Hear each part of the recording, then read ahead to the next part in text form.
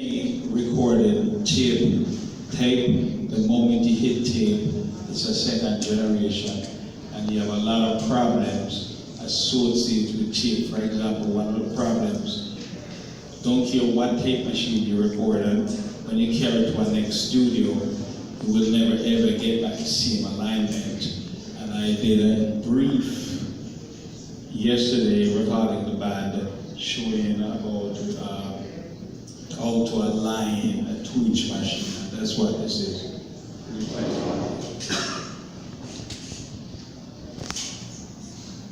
But we didn't actually record it. We're showing the process.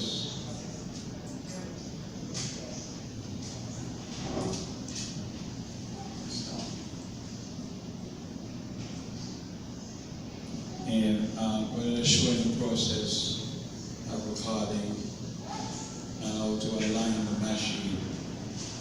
Yesterday,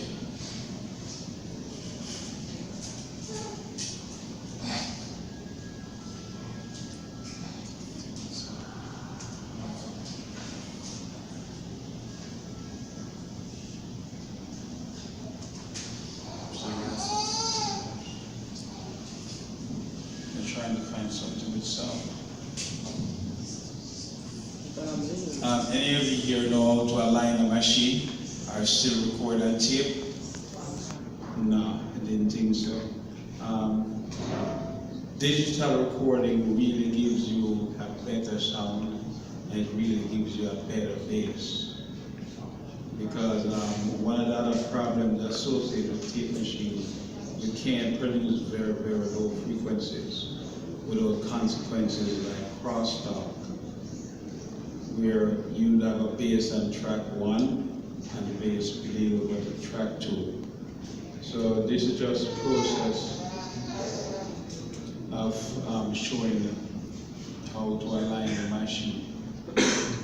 Yesterday we've been through a bunch of that, but again, this is just for educational purposes, because a lot of people might be fascinated on what went on back then.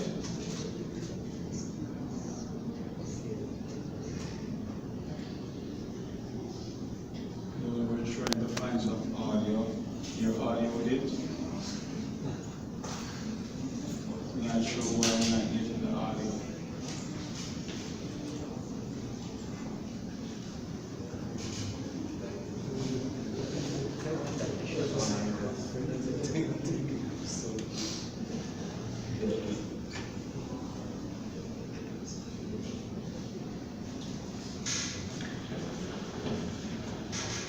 Yes, just want to point out something to you. On an analog machine, you have an erase head, a recording head, and a playback head. And we're going to be checking the alignment of all of these heads to make sure that they're proper in line. So the first one is your erase head, that erases the tape. The next one is your recording head, and then your playback head. And we have 3 separate alignments that we have to do back then on a routine basis to ensure that we get a proper recording. Stop. Yeah, so at every session, any of you are familiar with like Channel 1 or Studio 1 or Teflon. Yeah, back then this was an everyday routine, and whenever somebody come in for a session, somebody would have like a 356 tape, a 456 tape, and each of them have like their own unique alignment and bias. Or if somebody bring a tape from a different studio, you'd have to recalibrate the machine so you get the maximum sound quality from that recording. And that was one of the problems associated with tape machines. With hard drive and digital recording, it solved all of those problems that could not be solved with any tape machine. The studio there is that, like back in the days, the top of the line. You know, it didn't get any better. It didn't get any better with tape machines. So hard drive came and solved all the problems that we could not solve with tape machines. Now we're going to edit the tape. and we're going to put some edited tape on it, so it makes it easier for us to find the different tones.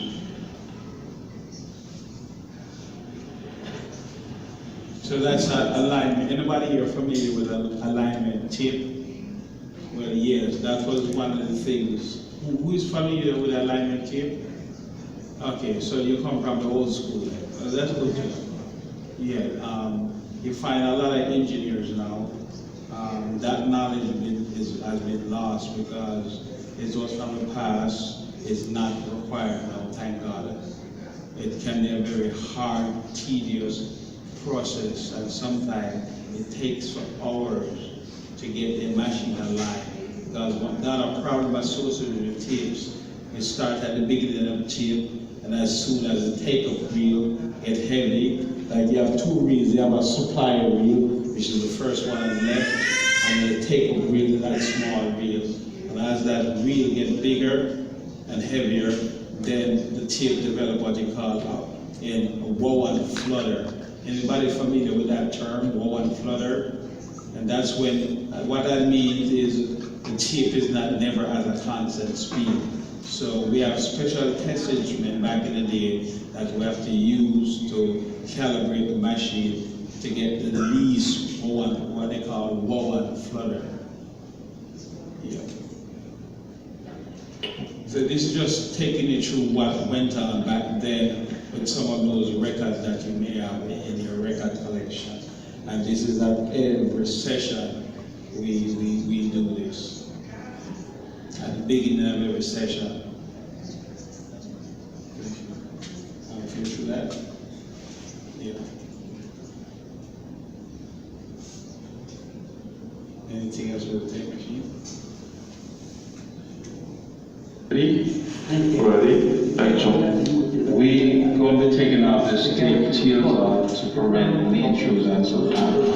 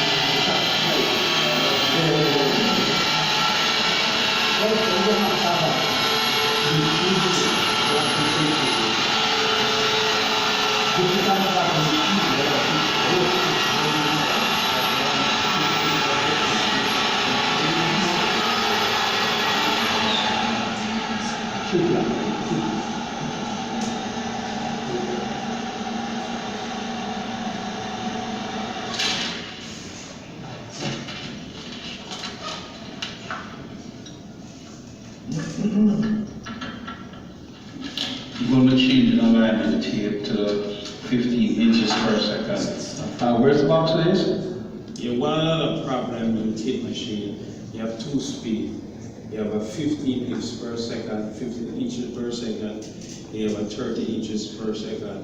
15 inches per second, you could fit about 8 songs running at that speed. But people say that if you want to get a better quality, you should record at 30. And most of those songs that you're familiar with, as you can hear the quality, they were recorded at 15, and most people back in Jamaica record that at 30, but your ears can't really tell the difference. It is not a day and night difference. So right now we have two different type of alignment tape. That one was for 30 inches per second, and then we're going to put on an alignment tape which is 15 inches per second that you have to calibrate the machine. I think he was here with us yesterday. Yeah. Were you there yesterday with us? Yeah. What's your name again, man? You want to introduce yourself? Daniel, yeah. Daniel was there with us in the studio, and he witnessed some of it the first time. So we can continue today. It's really a tedious process. I tell you what, the first time I was in a studio and see this, it was very impressive. Is that 15? You know, it's very capturing. Okay. And this alignment You know, tape one of those is tapes, 15 inches it per costs like second. about Is this tape tilted out? I think so. Tilted out. And Yes, familiar tails out. with that term, tails out? Right. I know all that knowledge is lost. Tails out is when you put on the tape this way and spin this way. But tails out, when you take it off, they finish a session, you take it off the tape, you take it off on the supply reel, and then to go to song one, you have to rewind the tape all the way to the first song. So it's recommended so you don't get pinch through because tape sometimes pinch through when you take it off, and the heads in that you recommended that you take it off, tails out. Yeah.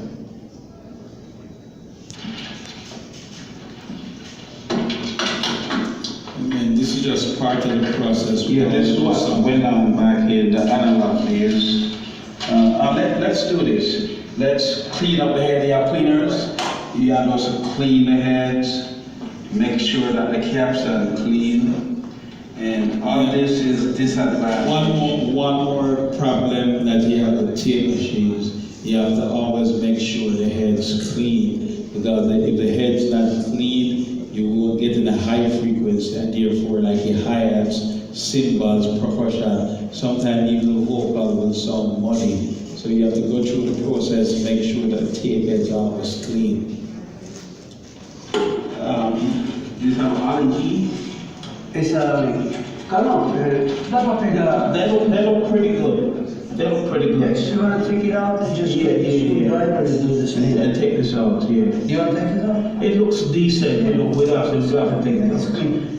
Okay. Yeah. And then one of the other problems associated with tape, where that black rubber piece you see in front is called the pinch roller.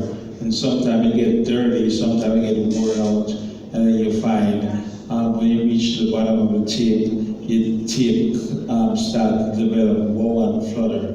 It's not spinning at a constant speed. Hard drive recordings solve all those problems. So just for knowledge purposes, tape is not better and cannot produce better quality than hard drive.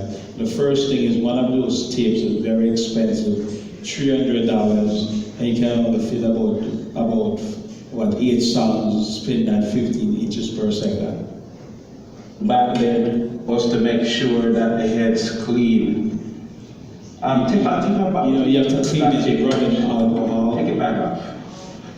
And you have to clean up the heads. You can see dirt coming out of the tape head already. And that was one of the problems with old analog machine. Digital came and completely see the dirt that's coming off of that just by just running that one tape. And we have to go through this process every day, working in the old analog world. Digital came and solved all of that. We don't have that problem anymore.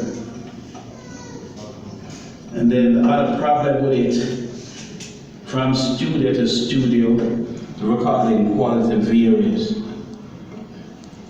This machine is in pretty good condition as far as the transport system. We should go out to studio was good. This is the amount of dirt that came off it. Get me a driver, please, so we could drive. Get home. Thanks. Then we have to dry up all this to make sure by the time you put it on the tape, it doesn't degrade the quality of the tape. So basically this is what went on in the analog days. Yeah, okay, everything here seems dry. Seems dry now. No gooey stuff on the transport system.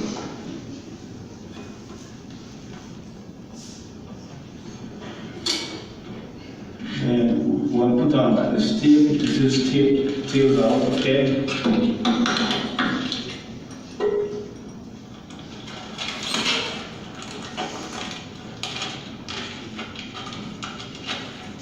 Trust me, for all those folks who believe analog is better and you get fatter sound, that's not true.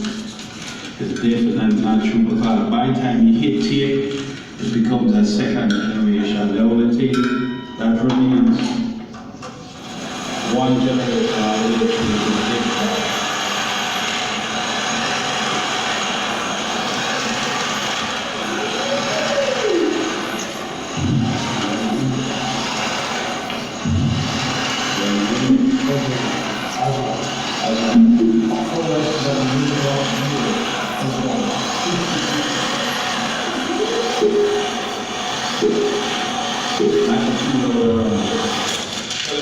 Turn it down wrong, you man, it's too loud. Drop the valve in the control. O cara abaixa o olho.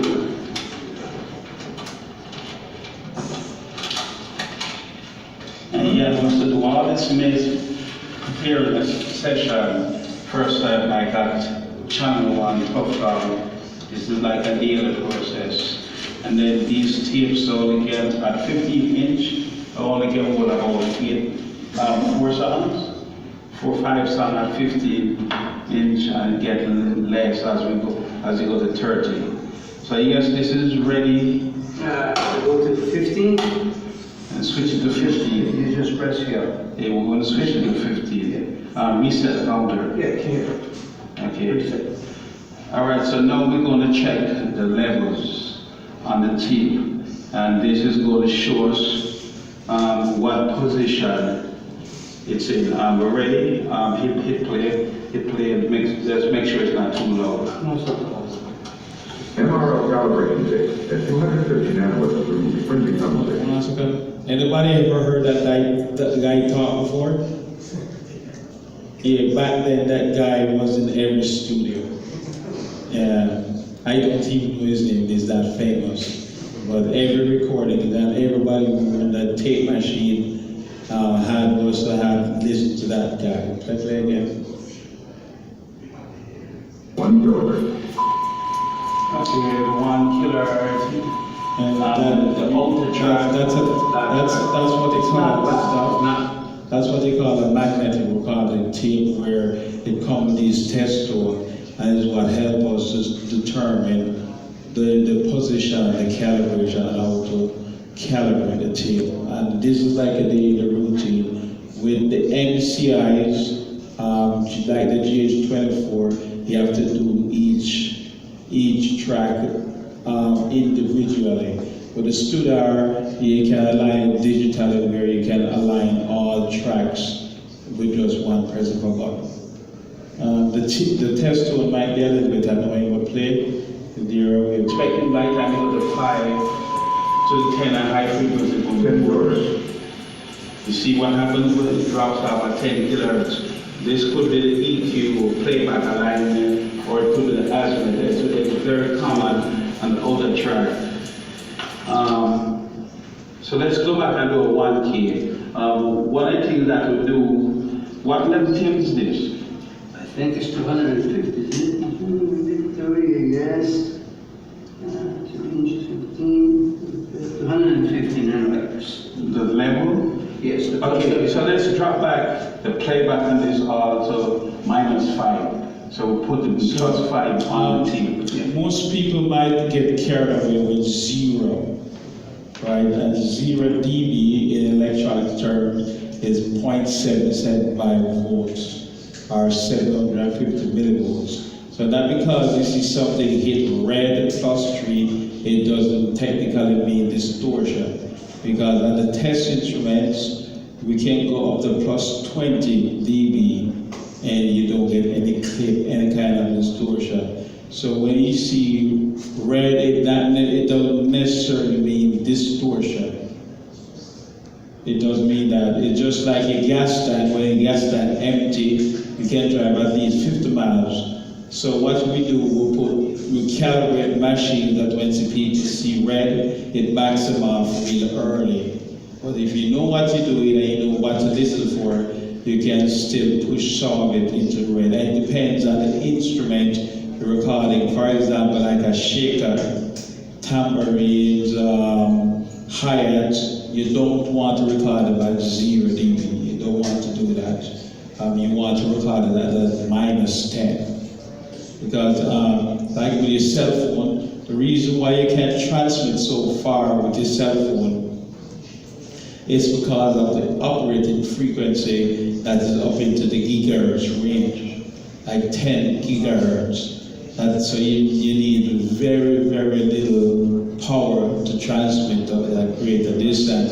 It's pretty much the same thing in audio. The higher the frequency, like hi-hats or anything like that, you don't need as much level.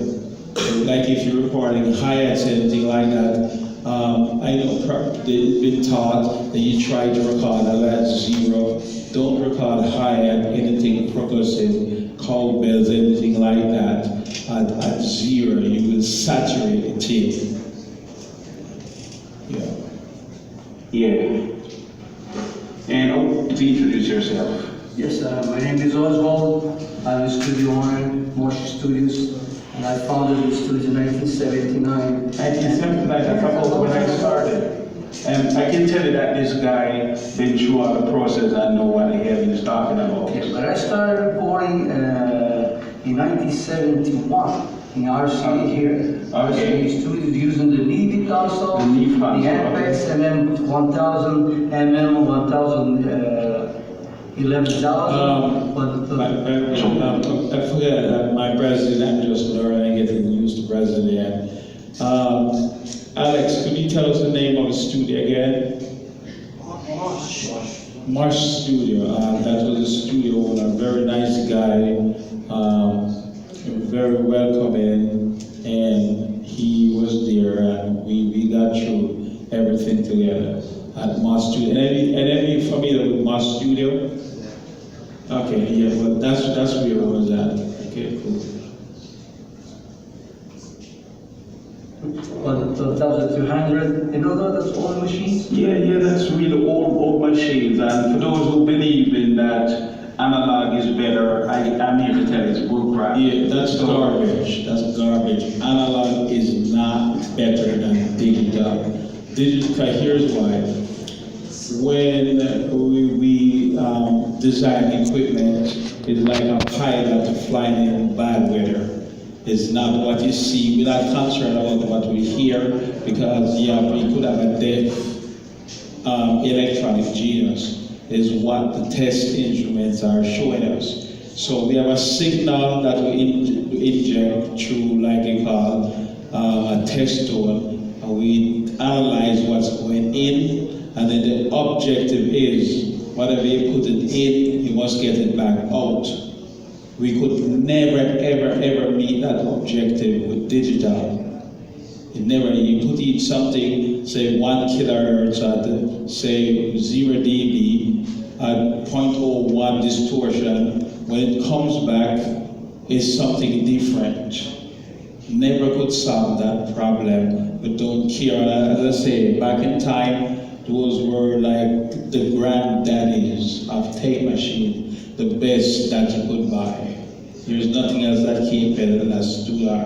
It was like the Rolls Royce of tape machines, but it could never ever solve all the problems with tape machines. So, just for people's curiosity, I know some people might disagree, but analog is not better than digital.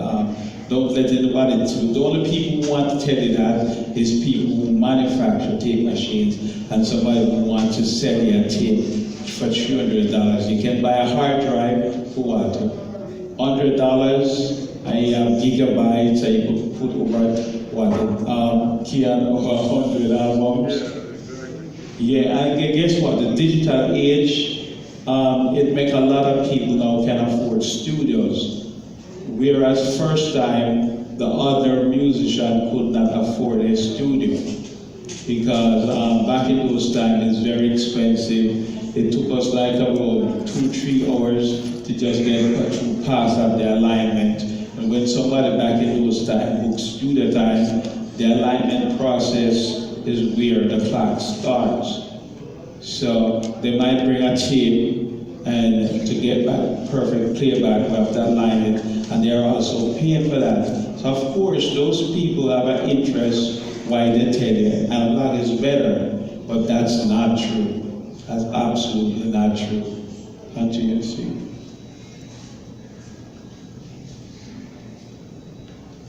All of them to minus 5. Yeah, so as I was saying here, we put in plus 5 dB on this tape, way past 0. So somebody might be really say because that's something, and they're looking at 0, but we'll put in way more than 0 on tape because we're going to align the playback of the tape so it reads -5.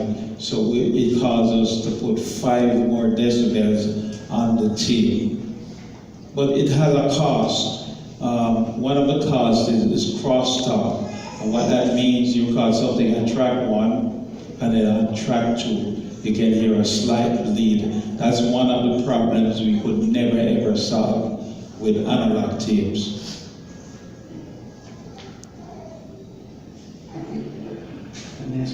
I think that I have to switch it off a little bit. Let's put this thing here. Drop back everything to -5. Reset. You have to reset it. I don't know what. Yeah. Yeah, that's the problem with analog machine. They can have a mind of their own and sometimes can be very unpredictable. So we'll start by dropping back the playback at -5. That means when we're recording, we'll be putting +5 on the machine. And as you know, there's a 10 key. Go back to the 1 key, just to check out the 1 key again. I think it's better to rewind this thing again. See? The edge of the tape. Yeah. That's one of the problems with analog machine because when you get to the edge of the tape, you start having a major alignment problems. And it's one of the reasons why digital is better.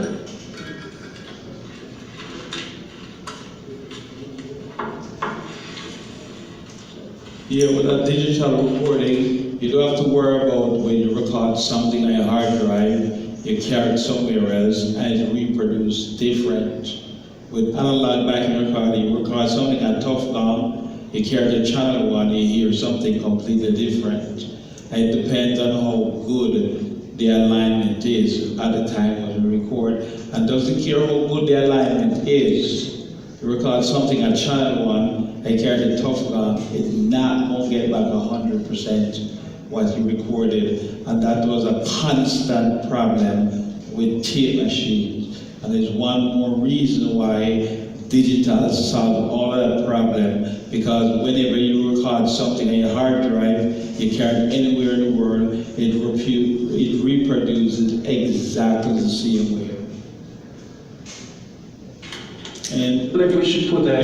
we spent a lot of time yesterday just going through this process, almost about 2 hours, just showing the process and part of what we have to go through a daily routine. And like me going to work on a session at channel 1, I would show up sometime 2-3 hours before, and I have to align the machines. And sometimes you align into this machine, and here comes somebody else with a complete different tape.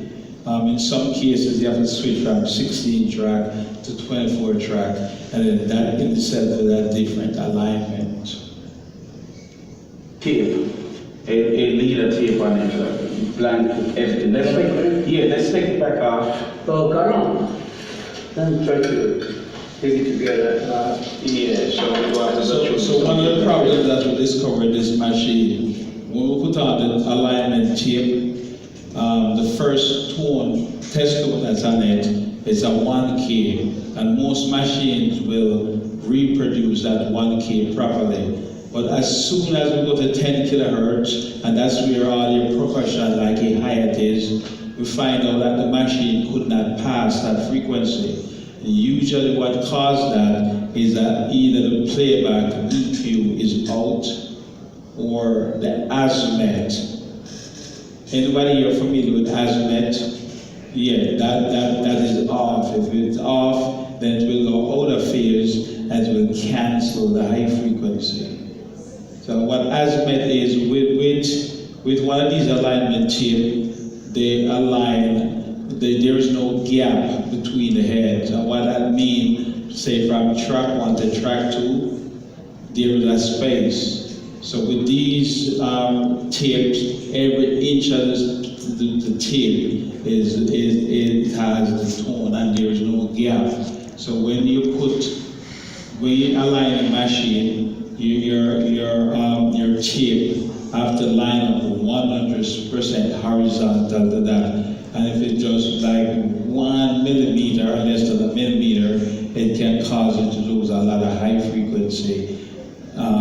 So at 10K, we know if it's not producing 10K, we know we're not going to produce 16K for the fine set azimuth. And with this machine, we find that the 10K was off. And it's a common problem with all tape machines. Yeah, this is what we call an edited up.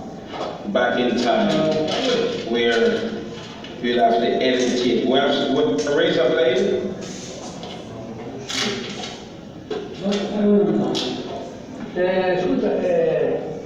The editing tape, yeah. Yeah, all of this is lost now and not necessary. Where you have editing tape and we have to cut the tape and put leader tapes in between so it make it easier to find. All those people who want to say analog is better because they provide them sealed editing tape. I don't even think they make that anymore.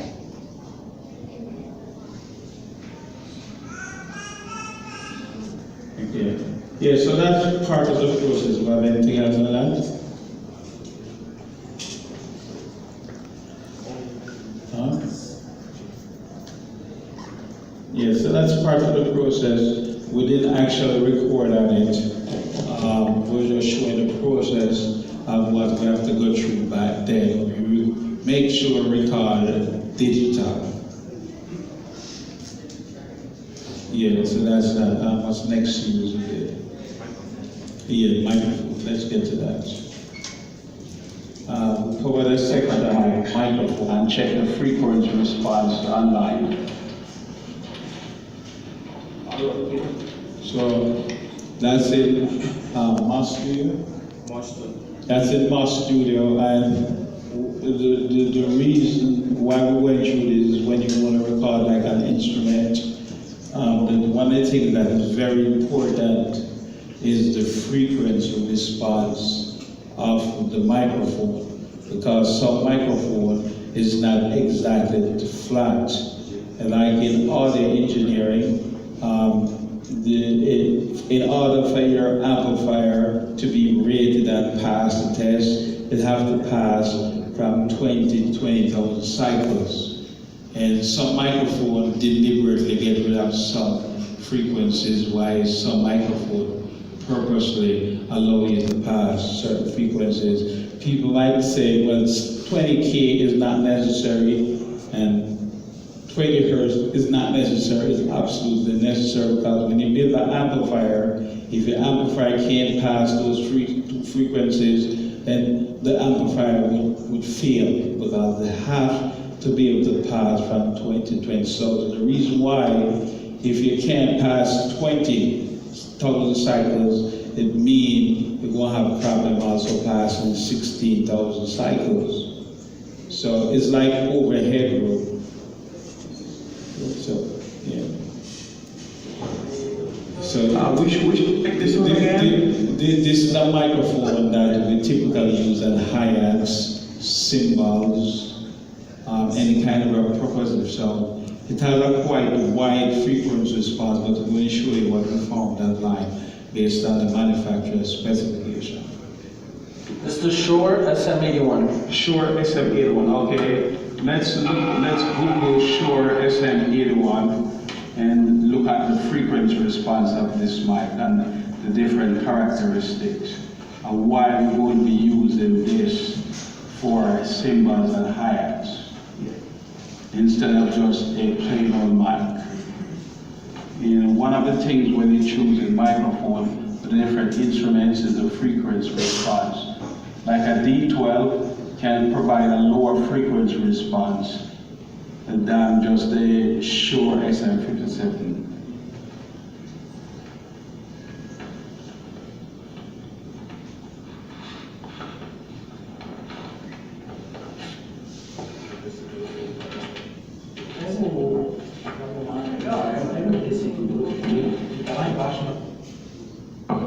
So we have, Yes, go. Name's Felipe.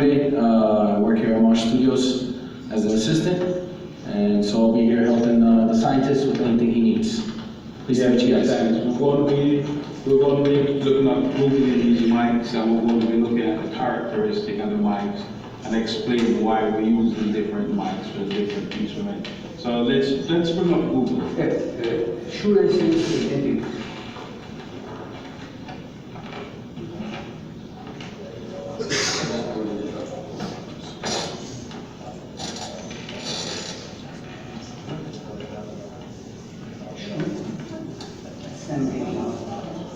SM1? 81, okay. I can bet these mic up to at least 20K. Yeah, a lot of people might say, oh, well, you can't hear 20K, but if you can't pass 20K, then you can't pass 10K. Sufficient there, 16K, rather, you can't pass it sufficiently.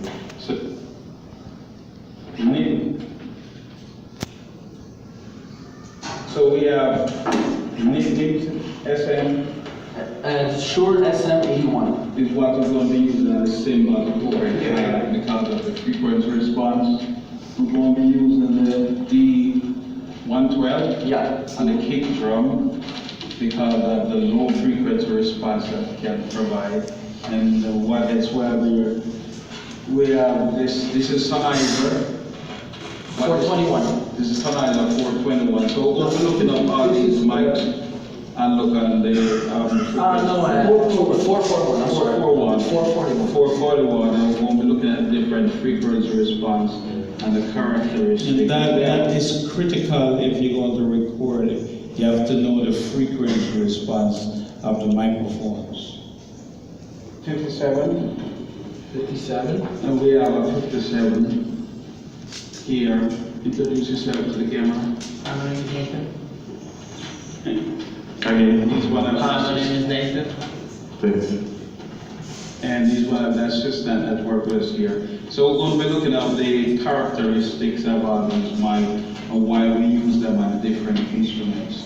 And the first one we have here is The Shure SM81. okay, the Google Shure SM81 frequency response. Frequency response from 20 hertz to 20 kilohertz. Okay, from 20 to 20K. Yeah. People might say this would make an excellent kick drum mic.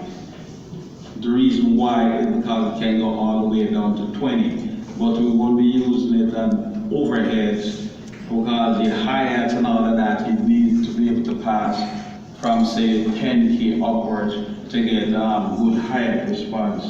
And look up this one now, the 112.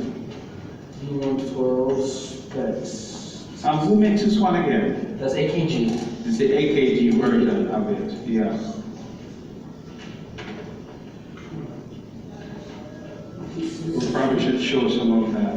What's the frequency response on that? Just trying to find this right here.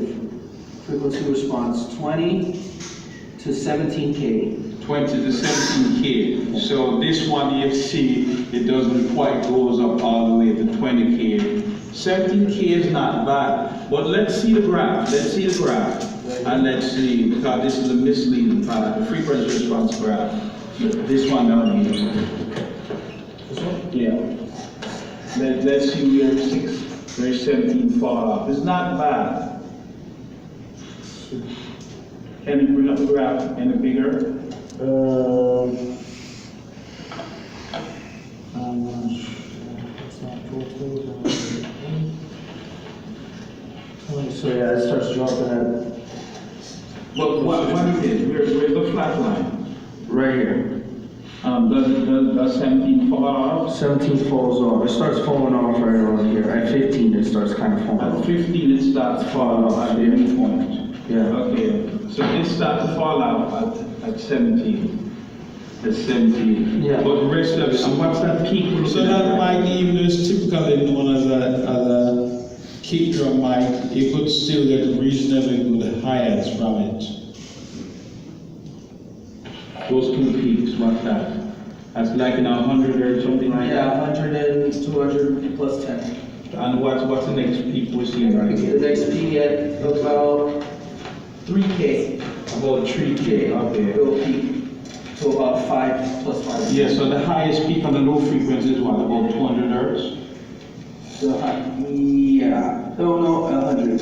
100, and what's the roll-off there that we're looking at the low frequency? It seems to rolling off something down here on the low frequency. What is that showing? Between 20 and 50. How much is it goes down 20? Minus 10. Minus 10, why not flat? Let's just look up at the E112 and see the frequency. Yes, D12, right? so D12, it's telling us that which is not a big difference. At minus 10 dB, it's taking away like 20,000 cycles. It not producing that as the same volume, which you could always make up that with a gain. But the ideal mic is what you generate what you call the flattest response from 20 to 20,000 cycles. The reason why you need that for kick drum, because it's a bass drum, it can goes down, the frequency response of a bass drum can go all the way down to 20 cycles. So if you use a microphone that takes away 50 cycles, it means that that mic wouldn't be the best mic for a kick drum. You would get a big fat round kick drum from it. And that's why you see they use those mics mostly on kick drums. Comparison and see if it's fatter on the low frequency end.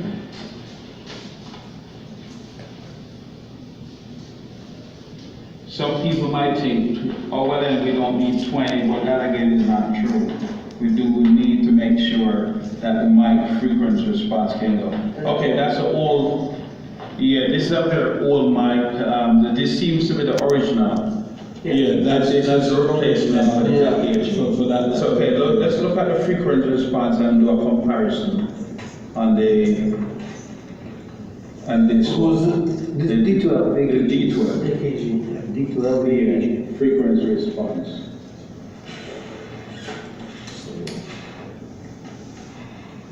So the frequency response. Let's look at the graph. They all here. The roll-off frequency is what's important.